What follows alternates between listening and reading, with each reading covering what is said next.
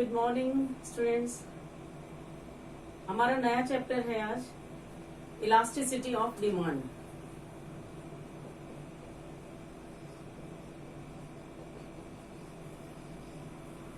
Elasticity of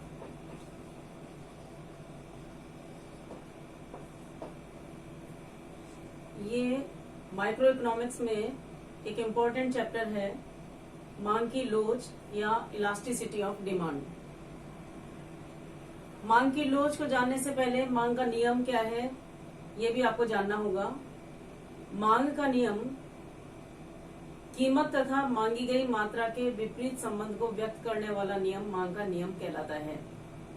functional रूप में अगर हम इसे लिखें तो किसी वस्तु की मांग निर्भर करती है उसी वस्तु की कीमत पर, अन्य वस्तुओं की कीमतों पर, उपभोक्ता की आय पर, जो यूज कर रहा वस्तुओं का उसके टेस्ट पर, समाज में जो फैशन चल रहा है उसके ऊपर, तथा उसके पास कितनी वेल्थ है, इन सब। मतलब किसी भी एक्स यहाँ पर कोई स्पेशल कोई कमोडिटी है, एक्स कोई वस्तु विशेष है, उसकी मांग डी यहाँ मांग को इंडिकेट करती है। एक्स वस्तु की मांग एफ इनके बीच संबंध को व्यक्त करता है, फंक्शनल रिलेशन को, तो निर्भर करती है उसी वस्तु की कीमत जिसकी मांग कर रहे हैं। अन्य वस्तुएं जो बाजार में प्रचलित है, चाहे वो पूरक वस्तु हो सकती हैं, प्रतिस्थानापन्न वस्तुएं हो सकती हैं, तो अन्य वस्तुओं की कीमतों पर भी किसी वस्तु की मांग निर्भर करती है। उपभोक्ता की आय पर, अगर आय ज्यादा हो जाएगी तो उस वस्तु की मांग ज्यादा करेंगे, ज्यादा खरीदने में आएगी वह वस्तु, तो मांग का प्रभाव पड़ता है। उस वस्तु के प्रति उसका रुचि अगर अधिक हो जाएगी तो अधिक मात्रा में खरीदेगा, रुचि कम हो जाएगी तो कम मात्रा में खरीदेगा। फैशन, जिस वस्तु को वह काम में लेना चाह रहा है उसका फैशन ही नहीं है तो उसकी मांग कम हो जाएगी। वही वस्तु अगर प्रचलित है फैशन में तो उसकी मांग ज्यादा हो जाएगी। वेल्थ, संपत्ति अगर ज्यादा है तो वस्तु की मांग ज्यादा हो जाएगी। कहने का मतलब यह है किसी भी वस्तु को खरीदते समय या उसकी हम जब मांग करते हैं तो कई जो है वेरिएबल्स या कई चर या कई तत्व हमें प्रभावित करते हैं। हम मुख्य रूप से मान लें कि ये तो मान लीजिए इतने इम्पोर्टेंट कारण नहीं है। मुख्य रूप से जो प्रभावित करती है, हम जो मुख्य चर जो किसी वस्तु की मांग को प्रभावित करते हैं, हम उसमें 3 वेरिएबल ले लेते हैं कि उसी वस्तु की कीमत, अन्य वस्तु की कीमतें और उपभोक्ता की आय। यहाँ एम उपभोक्ता की आय को प्रदर्शित करती है। तो इस प्रकार यदि यहाँ पर भी हम ये मान लें कि उपभोक्ता की आय स्थिर रहे और अन्य वस्तुओं की कीमतें स्थिर रहे, तो यहाँ उस वस्तु की मांग निर्धारित होती है उसी वस्तु की कीमत से। यदि आम खरीदने हम जा रहे हैं तो आम की मांग निर्भर करेगी आम की कीमत पर। अगर आम की कीमतें कम हो जाएंगी तो हम आम की मांग ज्यादा करने लग जाएंगे, और आम की कीमतें बढ़ने पर आम की मांग कम हो जाएगी। तो स्वाभाविक है कि किसी वस्तु की मांग प्रभावित होती है उसी वस्तु की कीमतों पर, यदि अन्य बातें हम स्थिर मान लें। और इनमें साधारणतः विपरीत संबंध होगा। वस्तु महंगी होने पर कम खरीदी जाएगी, सस्ती होने पर ज्यादा खरीदी जाएगी। तो इस प्रकार कीमत में तथा मांग में जो विपरीत संबंध पाया जाता है इसको मांग का नियम कहते हैं। लॉ ऑफ डिमांड ये कहलाता है, लॉ ऑफ डिमांड, मांग का नियम। तो मांग का नियम क्या हुआ? किसी वस्तु की जो कीमत है उसमें और उसकी मांग में विपरीत संबंध को मांग का नियम कहते हैं। अब इससे संबंधित मांग की लोच, वही बात मान लें कि जैसे फंक्शनल रूप में हम लिखते हैं dx is equal to function of px, py and m। ये फलनात्मक रूप में लिखा गया है कि किसी वस्तु की मांग, उसी वस्तु की कीमत, अन्य वस्तुओं की कीमतें और उपभोक्ता की आय का फलन है। अभी तक तो हमने कीमत तथा मांग की मात्रा के संबंध को, जो विपरीत संबंध था, उसको प्रकट किया जिसे हम मांग के नियम के अनुसार जानते हैं। मांग की लोच है elasticity of demand. Elasticity of demand जानने के लिए हम ये कह सकते हैं कि जिस अनुपात में या जिस रेशो में वस्तु की कीमतें परिवर्तित हो और उसके किस अनुपात में मांग की मात्रा परिवर्तित हो, यानी कीमतों के परिवर्तन की प्रतिक्रिया यदि मांग पर हम जानते हैं तो उसे हम मांग की लोच कहते हैं, इलास्टिसिटी ऑफ डिमांड। मांग की लोच क्या हुई कि जिस अनुपात में कीमतों में परिवर्तन होता है उसके प्रतिक्रिया स्वरूप मांग की मात्रा में होने वाले आनुपातिक परिवर्तन का अनुपात मांग की लोच कहलाता है। तो यदि हम इनको स्थिर रख करके उपभोक्ता की आय को स्थिर रखें, अन्य वस्तुओं की कीमतों को भी स्थिर रखें और केवल एक्स वस्तु की कीमत में आनुपातिक परिवर्तन होने पर इस वस्तु की मांग में जो आनुपातिक परिवर्तन होता है उसके अनुपात को मांग की लोच। तो यहाँ पर ये मांग की लोच हो जाएगी ईपी। ईपी का मतलब है प्राइस इलास्टिसिटी।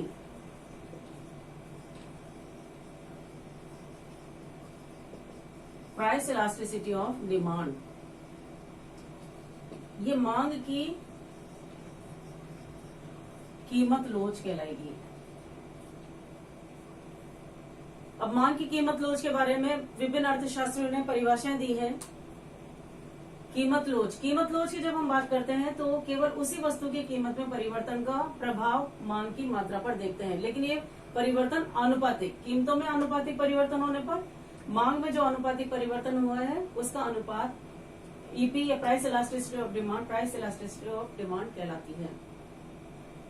तो प्राइस इलास्टिसिटी ऑफ डिमांड और मांग की कीमत लोच के बारे में अर्थशास्त्रों ने परिभाषा दी है, जिसमें मार्शल ने प्रिंसिपल्स ऑफ इकोनॉमिक्स,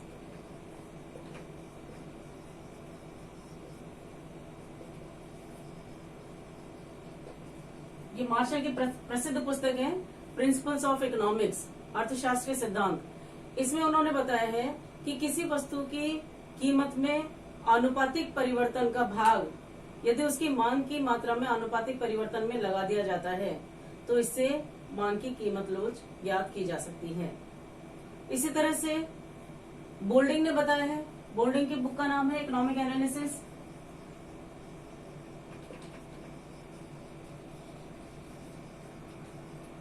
ये है बोल्डिंग, इकोनॉमिस्ट है बोल्डिंग, जिनकी प्रसिद्ध पुस्तक है इकोनॉमिक एनालिसिस या आर्थिक विश्लेषण। उसमें मांग की कीमत लोच की परिभाषा देते हुए उन्होंने कहा है कि किसी वस्तु की कीमत में जो आनुपातिक परिवर्तन होता है उसकी प्रतिक्रिया स्वरूप जो मांग में आनुपातिक परिवर्तन होता है उसका अनुपात मांग की लोच कहलाता है। तो इस प्रकार से बोल्डिंग ने भी वही परिभाषा दी है। उसी तरह से श्रीमती जॉन रॉबिन्सन,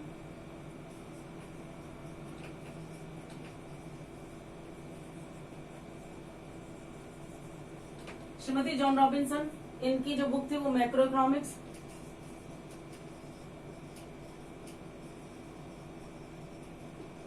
इसमें बताने का प्रयास किया है, श्रीमती जॉन रॉबिन्सन ने बताया है कि किसी वस्तु की कीमत में 1% परिवर्तन करने पर उसकी मांग की मात्रा में जितना प्रतिशत परिवर्तन होता है उसे मांग की लोच कहा जाता है। उन्होंने कीमतों में प्रतिशत परिवर्तनों की तुलना में मांग में प्रतिशत परिवर्तन से की है। तो इस प्रकार यदि हम विभिन्न परिभाषाओं से भी निष्कर्ष निकालें मांग की लोच के कीमत लोच के बारे में, तो ये निष्कर्ष निकलता है कि किसी भी वस्तु की कीमत में जो आनुपातिक परिवर्तन होता है उसके परिणाम स्वरूप मांग की मात्रा में हुए आनुपातिक परिवर्तन का अनुपात मांग की कीमत लोच कहलाता है। इस प्रकार फॉर्मूला बन जाता है मांग की लोच का, price elasticity of demand is equal to delta X upon X divided by delta P upon P. यहाँ डेल्टा एक्स की मांग में परिवर्तन है, एक्स का मतलब है प्रारंभिक मांग, डेल्टा पी का मतलब है कीमतों में परिवर्तन और यहाँ पी का मतलब है प्रारंभिक कीमत। तो इस प्रकार delta x by x into P by delta P, यहाँ हम ये कह सकते हैं delta X upon delta P into P upon x. और ये फर्स्ट डेरिवेटिव या प्रथम अवकलज के रूप में लिखने पर D x by D P into P upon x. ये बिंदु लोच के अनुसार यदि हम मांग की लोच की गणना करते हैं, मांग की लोच की जब हम गणना करेंगे तो कई विधियां हैं इसको ज्ञात करने की। तो ये बेसिक है delta X upon delta P into P upon x. ये मांग की कीमत लोच का फॉर्मूला हमें प्राप्त होता है। तो इस प्रकार मांग की लोच को ज्ञात करने के लिए हमें बेसिक जो है मांग की मात्रा में परिवर्तन बटा प्रारंभिक मांग होल डिवाइडेड बाई कीमतों में परिवर्तन अपॉन प्रारंभिक कीमत। तो इसके अनुसार अब हम मांग की लोच की विभिन्न श्रेणियों के बारे में जान सकते हैं। तो नेक्स्ट है मांग की लोच की विभिन्न श्रेणियां। मांग की लोच की, ये हम कीमत लोच के बारे में चर्चा कर रहे हैं। मांग की कीमत लोच की 5 श्रेणियां हैं, जिसमें पहला है अनंत लोचदार मांग।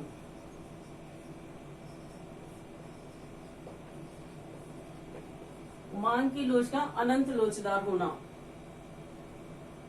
अनंत लोचदार से मतलब है इन्फिनिट, कि कीमतों में क्षणिक अति सूक्ष्म परिवर्तन होने पर जब मांग की मात्रा में अनंत परिवर्तन हो जाए तो उस वस्तु की मांग की लोच अनंत लोचदार कहलाती है।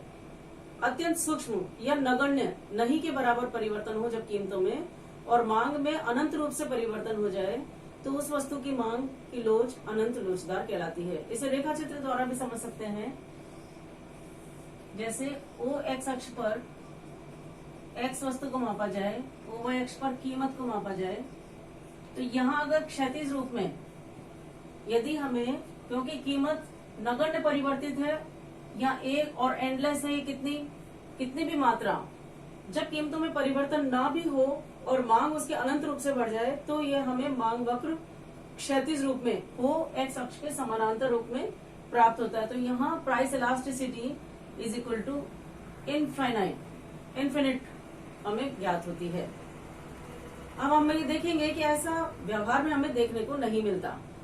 किसी वस्तु की मांग की लोच अनंत होना ये एक तरह से अव्यवहारिक स्थिति है। ये हमें ऐसा नहीं मिलता कि कीमतों में बिल्कुल परिवर्तन ना हो और उपभोक्ता उसे अनंत रूप में खरीदना प्रारंभ कर दें, लेकिन ये कहलाता मांग की अनंत लोचदार मांग, किसी वस्तु की अनंत लोचदार। दूसरा है मांग की लोच की श्रेणियों में करवा रहे दूसरा अत्यधिक लोचदार। अत्यधिक लोचदार मांग। मांग की लोच की विभिन्न श्रेणियों में पहला था अनंत लोचदार या पूर्णतया लोचदार, उसे पूर्णतया परफेक्ट इलास्टिक डिमांड कहते हैं। यह है अत्यधिक लोचदार मांग, ई ग्रेटर देन ईपी यदि ग्रेटर देन 1, इकाई से अधिक लोचदार मांग, इसे कहा जाएगा इकाई से अधिक लोचदार मांग या अत्यधिक लोचदार मांग। इसे पारिभाषिक रूप में व्यक्त कर सकते हैं कि जब जिस अनुपात में कीमतों में परिवर्तन होता है, यदि उससे अधिक मात्रा में मांग की मात्रा में परिवर्तन हो तो उस वस्तु की मांग की कीमत लोच इकाई से अधिक या अत्यधिक लोचदार मानी जाती है। कीमतों में अनुपातिक परिवर्तन की तुलना में जब मांग में अधिक अनुपातिक परिवर्तन हो तो उस वस्तु की मांग की लोच इकाई से अधिक मानी जाएगी। इसे भी रेखा चित्र के रूप में हम व्यक्त कर सकते हैं। ओ एक्स अक्ष पर मांग मात्रा, ओ वाई अक्ष पर कीमत को मापें, प्राइस, और यहाँ एक्स की मांग। तो जो रेखा चित्र बनेगा, आपको लाइनें खींचनी है, लेकिन उस लाइनों का मतलब ये है कि वह कीमतों में और मांग में किस तरह के परिवर्तन को व्यक्त करती है। यहाँ ये डिमांड कर्व है, ऊपर बाएं से साधारणतः मांग वक्र ऊपर बाएं से नीचे दाईं ओर जाता हुआ बनता है, जो कि कीमत तथा मांगी जाने वाली मात्रा के विपरीत संबंध को व्यक्त करता है। यदि ओ वाई अक्ष पर कीमत और ओ एक्स एक्सिस पर हम यहाँ डिमांड या मांग को मापें, तो यहाँ चेक करने के लिए कि ए बिंदु पर ओपी कीमत पर ओ एक्स वस्तु की मांग की जाती थी, और बी पॉइंट ऐसा है जहां पर कीमतों में कमी, ओपी से घट के कीमत ओपी 1 हो गई, जबकि मांग ओ एक्स से बढ़कर ओ एक्स 1 हो गई। ये डेल्टा पी से P1 डेल्टा पी कहलाता है और एक्स से X1 डेल्टा एक्स कहलाता है। यहाँ delta x greater than delta P, या पे कह सकते हो delta P is less than delta x. कीमतों में जो परिवर्तन है वह कम है मांग की मात्रा में परिवर्तन के। ये जो परिवर्तन आप देख रहे हो, ये परिवर्तन ज्यादा है, ये कीमतों का परिवर्तन है। तो परिभाषा क्या होगी, जब कीमतों में आनुपातिक परिवर्तन कम होता है मांग में आनुपातिक परिवर्तन की तुलना में, तो उस वस्तु की मांग की कीमत लोच इकाई से अधिक मानी जाएगी। तो यहाँ पर price elasticity is greater than 1 मानी जाती है। तो ये कहलाता है इकाई से अधिक लोचदार मांग। अधिकतर ये कब होता है, ये विलासिता की वस्तुएं, जो लग्जरी गुड्स होती हैं, विलासिता की वस्तुओं की मांग की लोच साधारणतया इकाई से अधिक या अत्यधिक लोचदार होती है। तो ये था मांग की लोच की श्रेणी में दूसरा, अत्यधिक लोचदार मांग। इसी तरह से तीसरा है थर्ड, 5 श्रेणियां हैं इसकी मांग की लोच की। तीसरी श्रेणी है इकाई के बराबर, इकाई के बराबर लोचदार, इकाई के बराबर लोचदार मांग। इकाई के बराबर लोचदार मांग से तात्पर्य है कि जिस अनुपात में कीमतों में परिवर्तन होता है, या हमें कि जिस अनुपात में कीमतों में कमी होती है, ठीक उसी अनुपात में यदि मांग की मात्रा बढ़ जाए तो वह या उस वस्तु की कीमत लोच इकाई के बराबर मानी जाती है। दोनों में, कीमतों में और मांग में, चूंकि विपरीत दिशा में तो परिवर्तन होगा, मांग के नियम के अनुसार कीमतें कम होंगी तो मांग बढ़ेगी, लेकिन अनुपात का कितना फर्क है, कीमतों में जिस अनुपात में परिवर्तन होता है ठीक उसी अनुपात में मांग में परिवर्तन हो तो यह इकाई के बराबर लोचदार मांग है। इसे भी हम रेखा चित्र के द्वारा एक्सप्लेन कर सकते हैं। OY एक्स पर कीमत और OX एक्स पर एक्स की मांग को मापा गया है, तो ये एक तरह से 45 डिग्री की रेखा के बराबर मांग वक्र हमें प्राप्त होगा। कोई भी 2 बिंदु यहाँ ले सकते हैं, ए बिंदु और ये बी बिंदु। ए बिंदु पर OP कीमत पर मांग मात्रा OX थी, बी बिंदु पर OP1 कीमत कम होने पर मांग की मात्रा बढ़ गई। ये X से X1 कहलाता है डेल्टा X और P से P1 कहलाता है डेल्टा P। तो यहाँ delta P is equal to delta X। तो मांग की लोच price of elasticity is equal to 1। यहाँ मांग की लोच इकाई के बराबर है। तो जिस अनुपात में कीमतों में परिवर्तन है ठीक उसी अनुपात में अगर मांग में परिवर्तन होता है, यानी डेल्टा P बराबर डेल्टा X, तो मांग की लोच इकाई के बराबर होगी। ये था लोचदार मांग। ये ऐसा होता है आरामदायक वस्तुएं। आरामदायक वस्तुओं की मांग की लोच इकाई के बराबर होती है। विलासितापूर्ण जो वस्तुएं हैं उनकी मांग की लोच इकाई से अधिक होती है। जो आरामदायक वस्तुएं होती हैं उनकी मांग की लोच इकाई के बराबर होती है। अब है फोर्थ,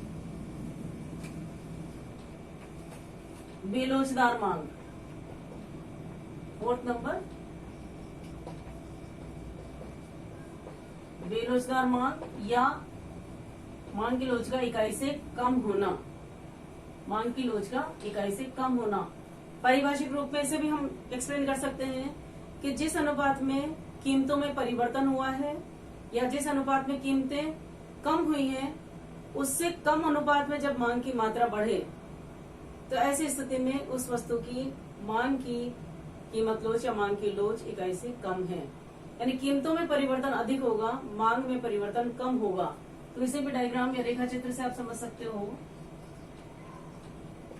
OY एक्स पर कीमत, OX एक्स पर एक्स की मांग, जो आपको रेखा बनानी है मांग रेखा, वो इस तरह से ये डिमांड कर्व है। OP कीमत पर OX मांग की जाती थी, कीमतें कम हुई तो P से P1 डेल्टा P, X से X1 को हम कहेंगे डेल्टा X। ये X में परिवर्तन है, ये कीमतों में परिवर्तन है। तो कीमतों में कमी होने पर मांग बढ़ रही है, लेकिन जिस अनुपात में कीमतों में कमी है उससे कम अनुपात में मांग की मात्रा बढ़ी है, यानी उस वस्तु की मांग की लोच इकाई से कम है। या प्राइस इलास्टिसिटी लेस देन 1 है। क्यों? क्योंकि यहाँ पर delta P is greater than delta X है। कीमतों में परिवर्तन ज्यादा हुआ है बनिस्पत मांग की मात्रा के परिवर्तन के। इतना कीमतों में कमी हुई है और इतनी मात्रा में मांग बढ़ी है। तो आपको देखने से भी स्पष्ट हो जाएगा कि यहाँ कीमतों में परिवर्तन ज्यादा है और मांग में परिवर्तन कम है। ऐसी स्थिति में जब A से B पर मांग की लोच के बारे में जानना हो तो यहाँ हमें ये मालूम चलता है कि यहाँ मांग की लोच इकाई से कम है, बेलोचदार है। इसे कहा जाता है बेलोचदार मांग। और साधारणतया अनिवार्य वस्तुओं की मांग की लोच इकाई से कम होती है। और लास्ट एंड फिफ्थ है पूर्णतया बेलोचदार मांग। पूर्णतया बेलोचदार मांग, या price elasticity is equal to 0। जब मांग की लोच शून्य हो तो ऐसी स्थिति में वह पूर्णतः बेलोचदार मांग कहलाती है। इसे भी डायग्राम से रूप से समझ सकते हैं कि जब कीमतों में कितना भी परिवर्तन हो जाए तो भी मांग की मात्रा अपरिवर्तित रहे। ये भी कर सकते हैं नाम पॉइंट। ओ एक्स अक्ष पर एक्स की मांग, ओ वाई अक्ष पर एक्स वस्तु की कीमत को दर्शाया गया है। यहाँ पर ये जो लंबवत है ये मांग वक्र है। इससे परिभाषा के रूप में हम स्पष्ट कर सकते हैं पूर्णतः बेलोचदार मांग को कि कीमतों में कितना भी परिवर्तन होने पर जब मांग की मात्रा में कोई परिवर्तन ना हो तो ऐसी स्थिति में यह पूर्णतः बेलोचदार मांग मानी जाती है। यह price elasticity is equal to 0, शून्य लोचदार मांग या पूर्णतः बेलोचदार मांग। तो इस तरह से मांग की लोच की 5 श्रेणियां थी। पूर्णतः लोचदार या अनंत लोचदार मांग, दूसरा अत्यधिक लोचदार या इकाई से अधिक लोचदार मांग, तीसरा लोचदार मांग या इकाई के बराबर लोचदार मांग, चौथा बेलोचदार मांग या इकाई से कम लोचदार मांग, और पांचवा पूर्णतः बेलोचदार मांग या शून्य के बराबर मांग की लोच का होना। इसमें से पहली जो अनंत लोचदार मांग और लास्ट पूर्णतः बेलोचदार मांग ये व्यावहारिक रूप में हमें देखने को नहीं मिलती। ऐसा नहीं होता कि कीमतों में परिवर्तन होने पर उपभोक्ता उस वस्तु की मात्रा कम या ज्यादा ना खरीदे। कीमतों में परिवर्तन होने पर उपभोक्ता उसकी मात्रा में परिवर्तन करता है। तो यह व्यावहारिक रूप में हमें देखने को नहीं मिलता। हमें जो मांग की लोच की जो स्थितियां देखने को मिलती हैं वो इकाई से greater than 1, EP is equal to 1 and price elasticity less than 1 ये हमें देखने को मिलती है। अत्यधिक लोचदार मांग विलासितापूर्ण वस्तुओं के संदर्भ में देखने को मिलता है। इकाई के बराबर लोचदार मांग हमें साधारणतः आरामदायक वस्तुओं के बारे में देखने को मिलता है, और बेलोचदार मांग अनिवार्य वस्तुओं के संदर्भ में हमें देखने को मिलता है। क्योंकि अनिवार्य वस्तुएं वे वस्तुएं होती हैं जिसमें कीमतों के परिवर्तन होने पर उसकी मांग पर इतना ज्यादा प्रभाव नहीं होता, क्योंकि हम उसे अनिवार्य होने के कारण पहले हम प्राप्त करने का प्रयास करते हैं। तो आज आपने जाना मांग की लोच, और मांग की लोच में भी आपने मांग की कीमत लोच, जो कि उसी वस्तु की कीमत में अनुपातिक परिवर्तन होने पर उस वस्तु की मांग पर जो अनुपातिक प्रभाव पड़ता है इसका अनुपात हमें मांग की कीमत लोच के द्वारा जानने को मिलता है। इसके बाद